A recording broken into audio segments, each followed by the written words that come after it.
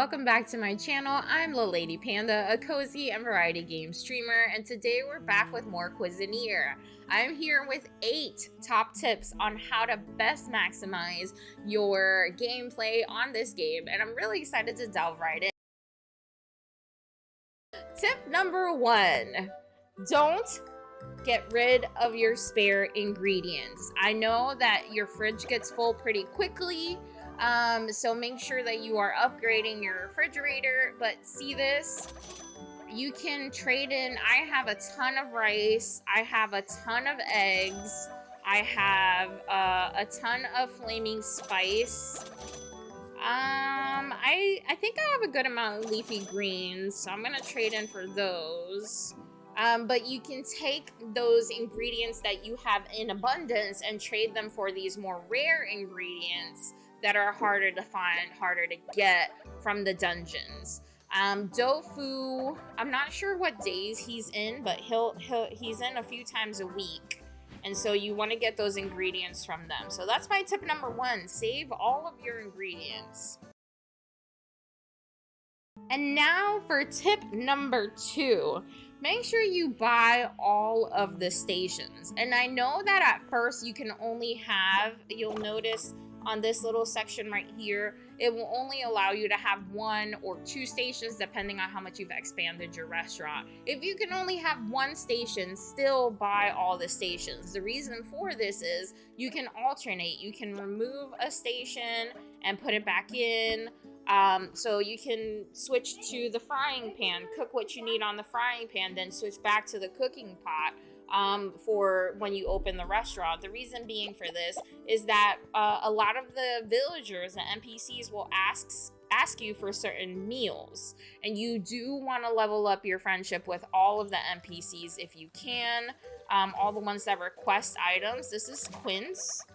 Quince is requesting that I defeat ice cubes. But some of them this one is asking me to defeat the big clucky monster, which I've had such a hard time getting to. But you want to be able to fulfill all of those recipe requests from the villagers. So definitely make sure that you get all of the cooking stations. And if you don't know where to get the cooking stations, you get them from Alder. Click on buy, and they are at the very top here, or you can just click on the cooking pot up here. So there's the beginner's cooking pot, the prep table, the frying pan, the oven, and the refrigerator.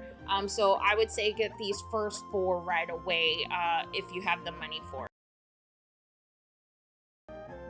The very first thing that I would do to earn the most amount of money possible is make sure that you have as many tables and chairs as you can fit in your tiny restaurant. Because if you focus on getting all of the ingredients and upgrading things, but you don't have enough seating in your restaurant, you're cutting yourself short. The more seating you have, the more customers you will have, and therefore the more money you will make. And that $2,000 tax that the merchant is applying to you because of your parents' debt will be cleared pretty quickly if you have enough tables and chairs. Now, I can optimize this and possibly put 1 more table and chair in the middle. I chose, for aesthetic reasons, not to, because my restaurant never gets full enough that people line up here, so it's fine. So, number 4, upgrade your boba. Upgrade your boba. And this is another reason why you want to have all 4 cooking stations, because in order to upgrade your boba, you will need certain ingredients and certain cooked recipes. So in order for me to upgrade my cheese milk tea, I need 2 caramel cake and 3 cooked mushrooms. They do get more complicated as you go along.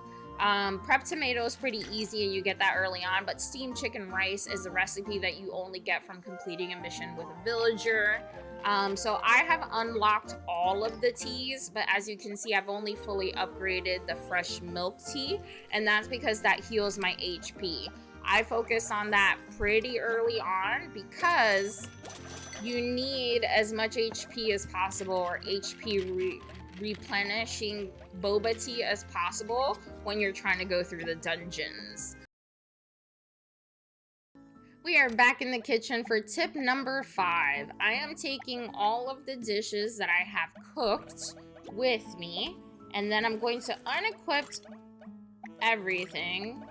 I'm gonna unequip my swords, my secondary weapon, my boots, and my gloves. And there's a reason for this. I'm gonna show you how to brew your tools, your equipment. And the reason why you wanna brew them is because it gives it additional,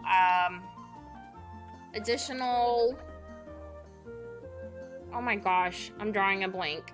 I will show you. So you take your equipment and you place it in here, shift tab, and I have shock damage. It adds mods. So I have shock damage and I have swift strike. Now, once I've put it in there, then I can click on, let's say I wanna remove shock damage. I click on shock damage. Every tool or weapon, once you have them upgraded enough, will have 2 slots for mods. And you can click on a food. It has to be a cooked dish, not an ingredient. But once you have a dish, you can put it in here. And this has a possibility of adding shock or poison. This one has sweetness or shields. This one has fire or shields. This one has all of these. I think I want to go for more shields. So I think I want to go with sweetness or shield. No, fire and shield. So I'm going to select this one. When you click on it, it's 110 coins each time.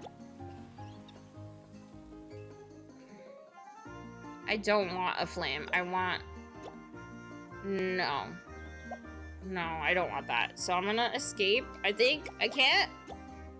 Are you... No, it will say no. Okay, I didn't keep it. Oh! But this is how you brew. I'm gonna try to remove shock damage again. And I don't want a flame, I want shields. No, not that one. I'm trying to add 2 shields, essentially, is what I want to do. Yes, okay, now this will give me shielded. I want my sword to shield me twice. So that's gonna be, so see, I'll have, when enemies hit me, it'll shield me. When I dash strike, it'll shield me. So that's double shield on my sword, my knife. You can also do it with your plates. You can do it with your gloves, your boots. At this time, it takes 1 in-game day, so it'll be ready tomorrow when I come back to talk to Anki Loon. I can just pick it up. My next tip is upgrade your things. Upgrade everything. So, no, the blacksmith isn't here today. You're gonna go to the blacksmith to upgrade. It mostly costs you ingredients and a few coins. It's not super expensive as far as coins go, but you will need a lot of orichalcum, a lot of stone, a lot of wood, different kinds of woods to upgrade your weapons. So keep that in mind. Hold on to all. Literally, I don't think I've ever thrown anything away in this game. I have trashed a couple of dishes because I didn't know what to do with them. Now I know keep your dishes because that could lead to a really good mod, especially your 2-star and 3-star dishes. Those can give you a lot of really cool mods on your weapons. So keep those in your inventory or put them in the fridge. Prioritize upgrading your fridge, getting a loot chest or a safe fridge for your bedroom. All right, tip number 7. I've seen a lot of people concentrate on doing maybe your restaurateurship in the morning. So they'll do restaurant, check the circle on the right, this your clock. They'll wake up and they'll do their restaurant till maybe about noon or after lunch rush, and then they'll go into the dungeon. I think that that does you a disservice because as you can see, by tea time, your exhaustion level is up to 24%. So if you were to go now into the dungeon, you can't heal past 74 of 74. I normally have 125, so I'm putting myself at a disadvantage to go to the mines, to the dungeon. So what I do Tip number 7 is I alternate dungeon days and restaurant days. So today is a throwaway day. I can't do either. But I will spend one whole day in the dungeon, come back, spend one whole day in the restaurant, and do both the lunch rush, the dinner rush, and tea time at my restaurant. And I will usually, I have 40 hours in. I'm approximately, I'm not sure how many days in the game. I don't know how many days I'm in the game, but I make about 20,000 in a day. What? There's NPCs missing? I make about 20,000 in a day. Tip number 8, the most important tip is don't die in the dungeons. Take your time, go room to room, and if you see your stamina, or I'm sorry, your health get low, get out of there. Escape with everything that you have.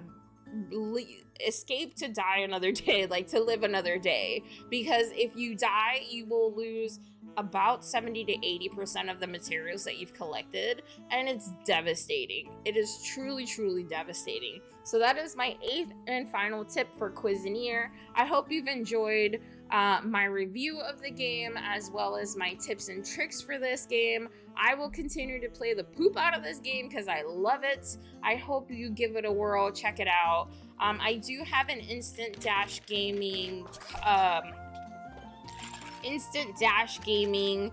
affiliate code. I will put it in my bio with a link directly to Cuisineer on Instant Dash Gaming. It does get sold out quite easily because it's actually a really popular indie game and it's doing really well. So if it's not available for purchase on Instant Dash Gaming, then go ahead and nab it on Steam and tell me what you think. I would love to know in the comments below if my review and my tips and tricks have convinced you to try the game for yourself, and what your favorite thing about the game is if you are playing it. Once again, thank you so much for your love and support. I appreciate you. Don't forget, you are valid, you're loved, you're incredible, you got a fat ass, and you deserve all the pizza in the world. I'll catch you on the next one. Bye!